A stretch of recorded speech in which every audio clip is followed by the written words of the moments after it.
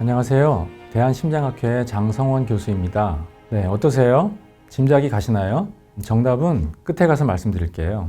몸속에 뭔가를 달고 평생 살아야 한다는 거 불안하시죠? 이걸 달기 전이랑 똑같이 살 수 있을까? 내가 볼 수도 없는 곳에 달려 있는데 혹시 문제가 생기지는 않을까? 이런 걱정 굉장히 많이 되실 거예요. 심지어 부위가 다른 데도 아닌 심장이라면 상상만 해도 끔찍하죠? 게다가 이름도 너무 무섭게 인공심장박동기잖아요. 실제로 저한테 찾아오시는 환자분들 대다수가 그런 두려움을 호소하세요. 그런데 지금부터 왜 겁먹으실 필요가 없는지 말씀드릴 테니까 병원 가기 망설이시거나 시술을 앞두신 분들 혹은 부모님께서 시술을 앞두고 계신데 안심시켜드리고 싶은 분들은 끝까지 잘 들어보세요.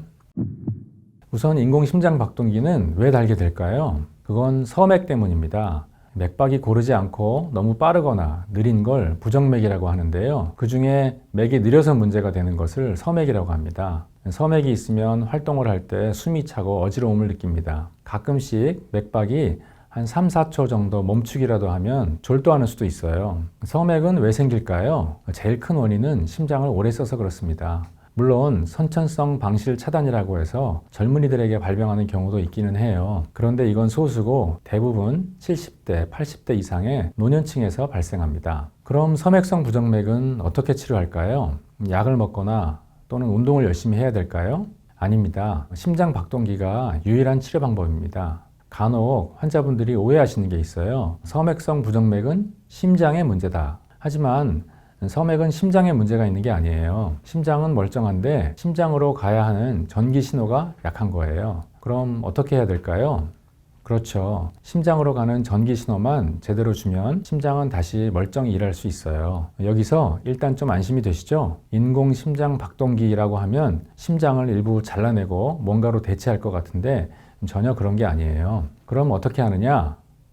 이런 걸 가슴에 넣기만 하면 됩니다. 왼쪽 가슴 부위를 손가락 한 마디 정도만 열어서 피부 밑에 기계를 위치시킨 다음에 기계에 연결된 전기줄을 혈관을 통해 심장 안에 넣어줍니다. 걸리는 시간은 1시간도 안 걸리고요. 시술 받고 며칠 입원하셨다가 일주일 뒤에 실밥만 푸시면 끝나요. 그리고 나면 거짓말처럼 심장 때문에 숨차고 어지러운 증상이 없어집니다. 성공률은 거의 100%입니다. 가슴이나 심장을 여는 게 아니고 전신 마취도 필요 없습니다. 보톡스나 피부 레이저 치료 같은 시술이에요. 그렇게만 해주시면 3, 40년 동안 아주 쌩쌩하게 돌아갑니다. 배터리는 수명이 있어서 8 내지 10년에 한 번씩 갈아줘야 되는데 그때는 심장과 배터리를 연결하는 선은 그대로 사용하기 때문에 더 간단합니다. 시술 부위를 잠깐 열고 배터리를 간 다음에 다시 꿰매주기만 하면 끝입니다. 안전할까? 네, 정말 안전하고요. 전혀 두려워하실 필요가 없습니다. 제가 1년에 이 시술을 100번 가까이 해요. 저는 자동차 타이어는 못 갈지만 박동기 시술은 합니다.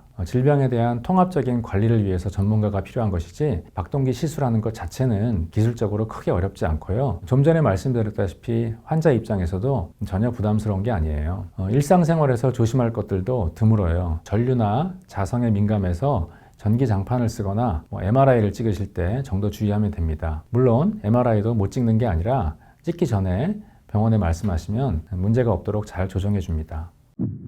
마지막으로 인공심장 박동기 시술을 받고 다시 심장이 멀쩡할 때처럼 살아갈 수 있을지 궁금하시죠? 그건 처음에 보여드렸던 퀴즈의 정답 알려드리는 걸로 대답 대신 할게요.